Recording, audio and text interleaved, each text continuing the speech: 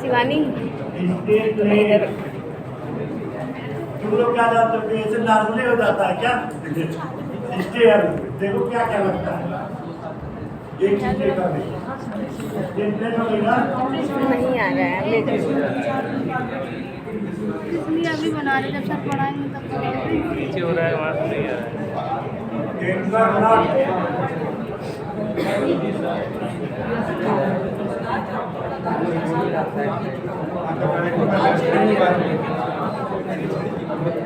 एक और इवेंट इसमें होता है, उसका नाम हम भूल गए।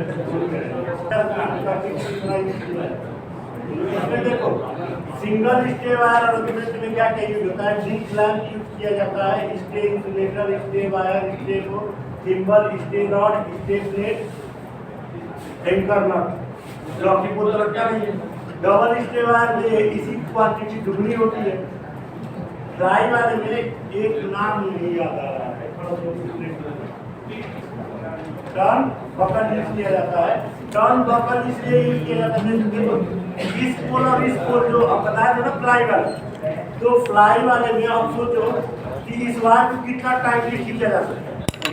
क्या पहले वायर खींचकर थोड़े पोल लगा दो, पहले पोल लगा दो उसके बाद वायर डालोगे ना। ऊपर एक आदमी कितना टाइटली वायर बांध सकता है, चूंकि वायर हैवी होता है तो हम क्या करते हैं कि बीच में एक टर्न बकल लगा देते हैं। उसका डिजाइन इस तरह होता है, ऐसे करके होता है, ठीक है ना। यहाँ से वायर इसमें बंधा होता है। अब देखो यहाँ रॉड की तरह थ्रेडिंग कटी होती है। टर्न बकल को ऐसे घुमाओगे तो एक कसता चला जाएगा। इसकी डिजाइन ऐसी है कि केवल कस सकते हो, खोल समझ आया? इस टर्न बकल की एक सबसे बड़ी खासियत क्या होती है कि इसे केवल कर सकते हो, खोल नहीं सकते। इसकी डिजाइन कुछ ऐसे होती है, हाँ टाइट हो गया तो फिर उसे आप लूज नहीं कर सकते किसी कीमत पर।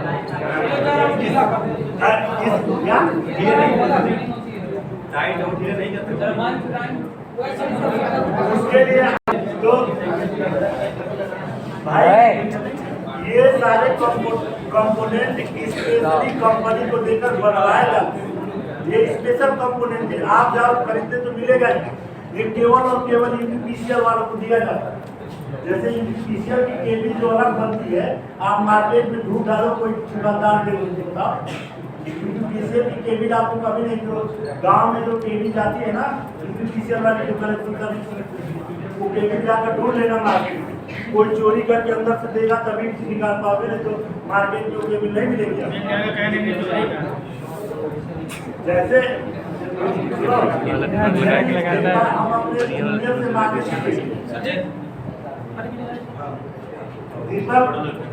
कानपुर में उन्नाव में रहता था, तो हम यार डिजाइन हम आपको बता देते हैं। डिजाइन में देखो सारा चीज बुकलेट में आपको दिया हुआ है, हमने सारा जो कलेक्शन आपको पढ़ाया है। देखो स्ट्रट कोड देख रहे हैं ना, जैसे दिख रहा है बस उसी तरह छाप देना चाहिए। हम पढ़ाए इसलिए है कि आपको पता रहे, नाम का स्ट्रट कोड स्टेयर यूनिट का चित्र बनाइए। तो यहाँ कोई डायमेंशनिंग तो होती नहीं है, लेकिन आपको कम से कम पता होना चाहिए कि स्टेयर यूनिट होता क्या है। स्ट्रट कोड स्टेयर यूनिट क्या होता है? तो हमने बताया ना कि एक मेन कोड होगा और एक कोड का और सपोर्ट लगा। डिग्री सर, दूसरा क्या है इसमें? सर एंगल भी बता दीजिए। अरे 45 बताए तो है सब में सर। हाँ, दूसरा फ्लाई स्टेयर देख रहे हो ना, बुकलेट है ना सबके पास। उसके बाद देखो आउट रिंगर टाइप है। उसके बाद यहाँ देखो, अब यहाँ 60 एंगल डबल स्टेयर वायर में देखो 60 एंगल दिखा नहीं पाया है ना। वो डबल वायर स्टेयर में 60 एंगल तो दिखा नहीं सकता साइड से, तो इसीलिए दोनों वायर आस-पास ही दिख रहे हैं। लेकिन एक्चुअली में दोनों वायर के बीच गैप कितना होता है? ठीक है ना, 60 एंगल का होता है। लेकिन मान लो एक यहाँ वायर है, वहाँ है, और इधर से देखोगे तो एंगल कहाँ पता चलेगा? ऐसा लगेगा कि एक ही वायर है, ठीक है। उसके बाद बाकी सिंगल स्टे वायर है। अब देखो इसका कंस्ट्रक्शन पूछता है, ये देखो cross head, internal stay board, thimble, stay wire, anchor plate, stay rod. इसी को हम एंकर प्लेट को ही हम एंकर स्टे प्लेट लिखते हैं। एंकर प्लेट होती है। देखो इसमें पढ़ने वाली क्या चीज है, जैसे दिख रहा है आप लोग इसका कंस्ट्रक्शन देखे होंगे गाँव में। यस सर 11 kV में लगता है। इसका कंस्ट्रक्शन कैसे होता है, एक स्टील रॉड होती है, ठीक है ना, स्टील रॉड होती है और इसके जस्ट नीचे, ठीक है, यहाँ थ्रेडिंग की रहती है। इसी थ्रेडिंग में एक हम प्लेट यहाँ लगाकर, जिसे हम एंकर प्लेट कहते हैं, ये स्क्वायर में रहती है। कैसे होती है, स्क्वायर में। इसी के बाद इधर एक नट लगाकर हम इसको क्या करते हैं, नट से फिक्स कर देते हैं। इधर की स्टील रॉड मोटी है और इधर जो है थ्रेडिंग है। अब इधर से नट लगा दे, उधर जा नहीं सकते तो फिक्स हो गई है, ठीक है ना। ये प्लेट होती है, स्क्वायर प्लेट होती है। इसके बाद यहाँ पर क्या होता है कि देखो इस जगह पर इसको क्या नाम है, क्रॉस हेड एक होता है। क्रॉस हेड अपने आप में एक बड़ी इंपॉर्टेंट डिजाइन है। यहाँ पर देखो क्रॉस हेड होता है, ठीक है ना। ये क्रॉस हेड की जो डिजाइन है ना, वो अपने आप में एक बहुत यूनिक डिजाइन होती है।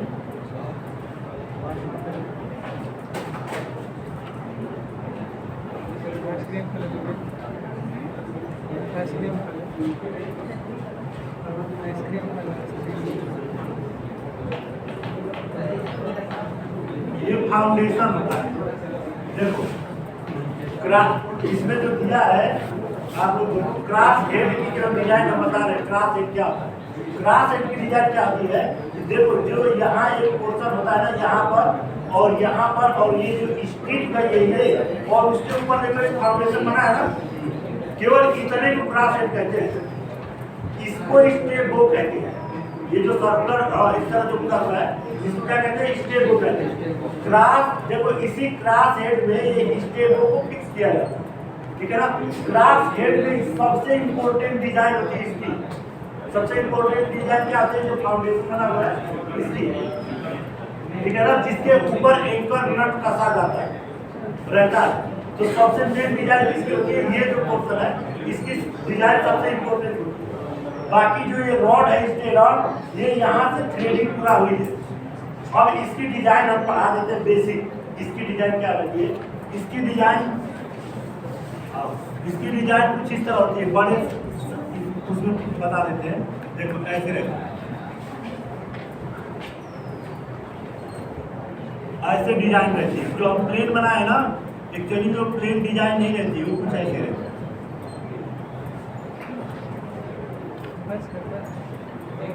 ऐसे ऊपर डिजाइन है, समझ में आया। अब ये किसकी डिजाइन है, ये जो फाउंडेशन ये जो बना है ना, ये वाला ये ब्लॉक ना है ना, इसके ऊपर की डिजाइन जो है वो वैसी रहती है। देख जो एंकर नट होता है उसका वो स्पेशल ऐसे होता है। देखो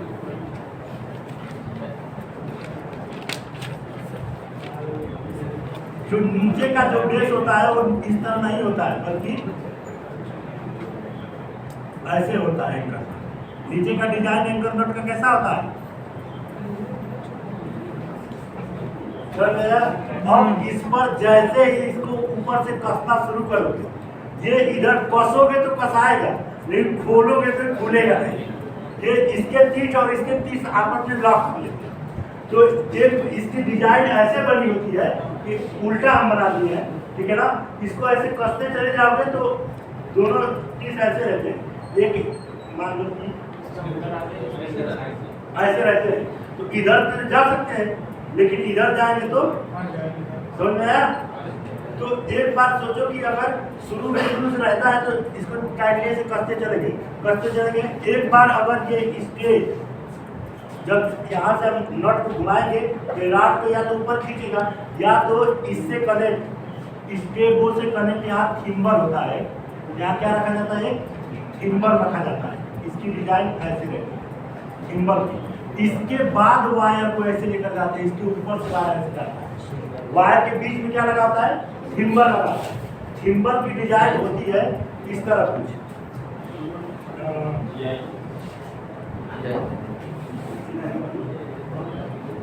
जैसे मान लो इसको ऐसे मोड़े जैसे देखो ये इनार है ना, इसको ऐसे पूरा ऐसे मोड़ कर एकदम सीधा ऐसे लो, ठीक है ना। और इसका एरिया ज़्यादा है, इसका एरिया ज़्यादा है, और थिम्बर को जो अगर इस तरह मोड़ोगे आप तो उसी के ठीक बीच में से स्लाट कटा होता है डीपली, ठीक है ना, अंदर एक पूरा स्लाट कटा होता है। तो जब इसको ऐसे मोड़ देंगे तो वायर उसी स्लाट में से लेकर जाते बाहर, समझ आया ना। तो थिम्बर की डिजाइन एकदम ऐसे होते हैं, इस तरह अगर उसको सामने से देखोगे तो ऐसे रहता है।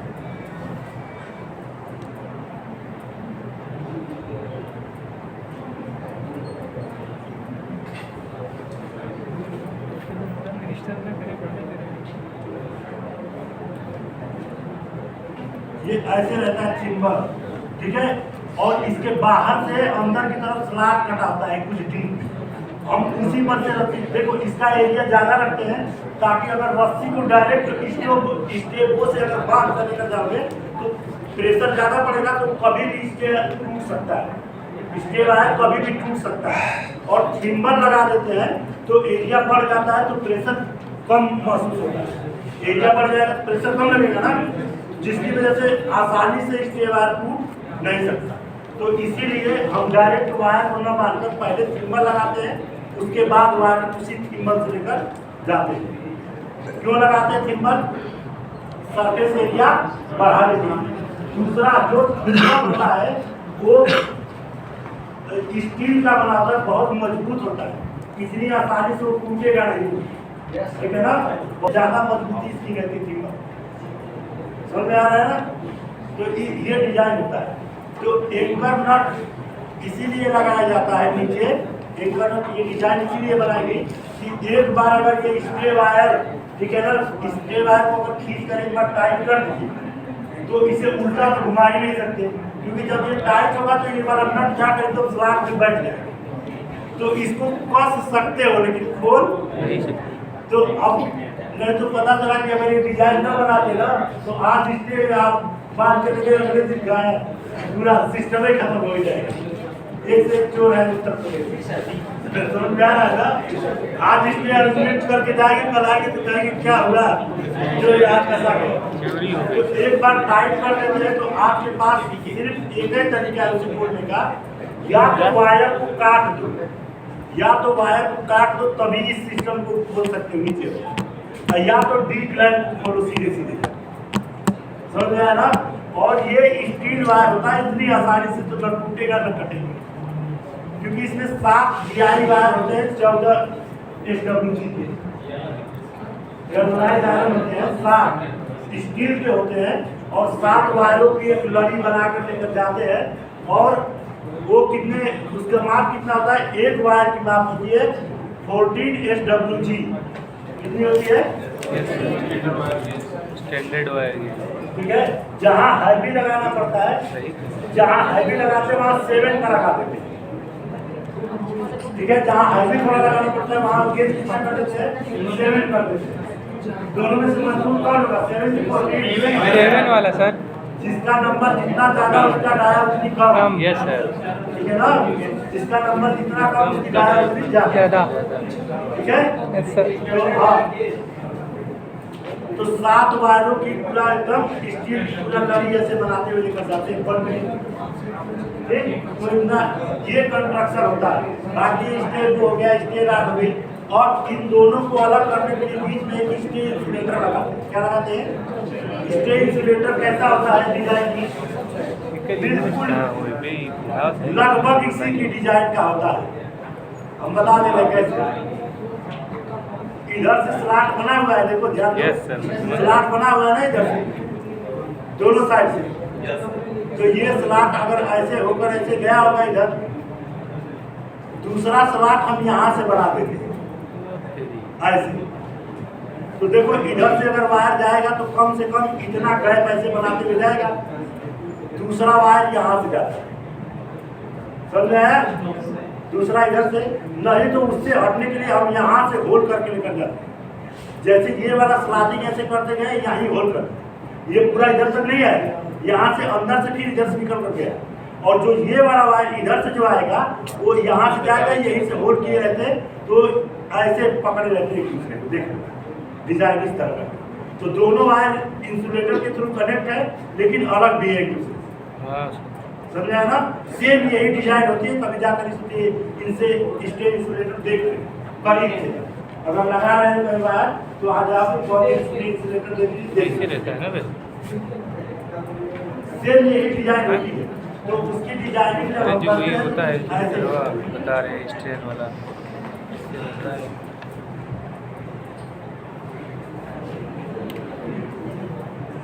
वो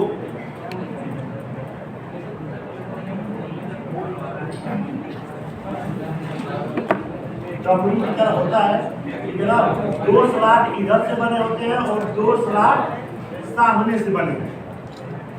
2 स्लॉट, एक इधर से स्लॉट बना होगा, 2 एक आगे एक पीछे, ऐसी डिजाइन होती है इसकी। ठीक है ना? तो दोनों वायर लगे तो होते हैं इंसुलेटर के, लेकिन एक दूसरे से टच नहीं होते, किसी कीमत पर नहीं होते। यही जो इंसुलेट करते हैं एक दूसरे को। तो हम क्या करते हैं कि जस्ट स्टे वायर के ठीक बीच में ही हम क्या कर देते हैं, यहाँ इंसुलेटर लगा दिए, इंसुलेटर से ऊपर लेकर गए तो ऊपर अगर कोई करंट इनकेस आ भी गई, अगर इस डी क्लैंप में यहाँ पर कोई करंट आ गई तो यहाँ जाएगी, लेकिन वो अर्थिंग तक नहीं जाएगी, किसी कीमत पर अर्थिंग तक नहीं जाएगी। तो इससे इधर के जानवर वगैरह जो इसके एलिमेंट को पकड़ कर लड़के खेलते रहते हैं गाँव में, वो सेफ रहे। जैसे गांव में लगा तो नहीं बच्चे खेलते इसके एलिमेंट में जाते, तो उस केस में सांप न लगे। अगर कहीं से कोई म्यूचुअल एसी सप्लाई ये पता चला म्यूचुअल करंट कहीं से उतर गई, ठीक है ना, कोई वायर टची कर गया डी लाइन में, ऊपर से कनेक्शन दिया, कोई वायर आकर टच कर गया। अब तो बरसात में करंट जब छीनता है तो कभी कभी आ जाता है, पूरा पोल ही भीग जाता है ना, पूरा पोल भीग गया, डी क्लैंप में एक बार कहीं से करंट कोई आ गई तो करंट आएगी इंसुलेटर तक, इंसुलेटर में भीगा हुआ है तो पास कर जाती है। तो ये होता है ज़्यादातर 11 के भी 440 में, तो इंसुलेटर 440 के लिए बहुत है। 440 में अगर आती भी है तो ऐसे पकड़ोगे तो हल्का सा वाइब्रेट होगा, बस बहुत ज़्यादा इफेक्टिव नहीं, ठीक है ना। अगर बरसात पूरी हो रही है तो अपनी अगर नीचे वायर पर पकड़ोगे तो अगर चलती में तो बहुत हल्की फुल्की करती है, तो वाइब्रेशन हल्का फुल्का होगा, जानलेवा नहीं है। ये कंस्ट्रक्शन सारे समझ में आ गए इसके चैप्टर का नहीं कोई नहीं किसे नहीं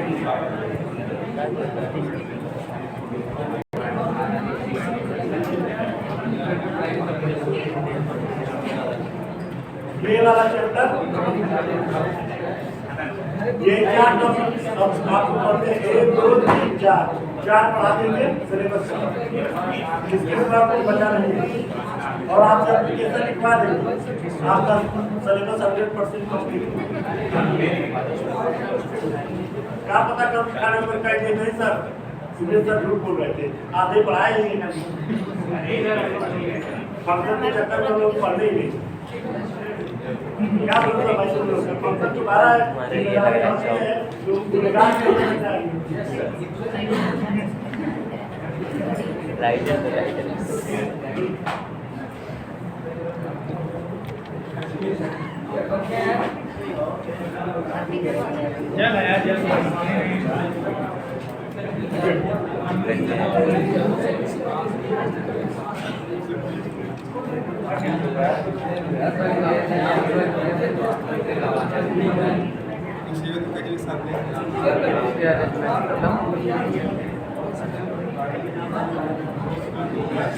चलिए देखिए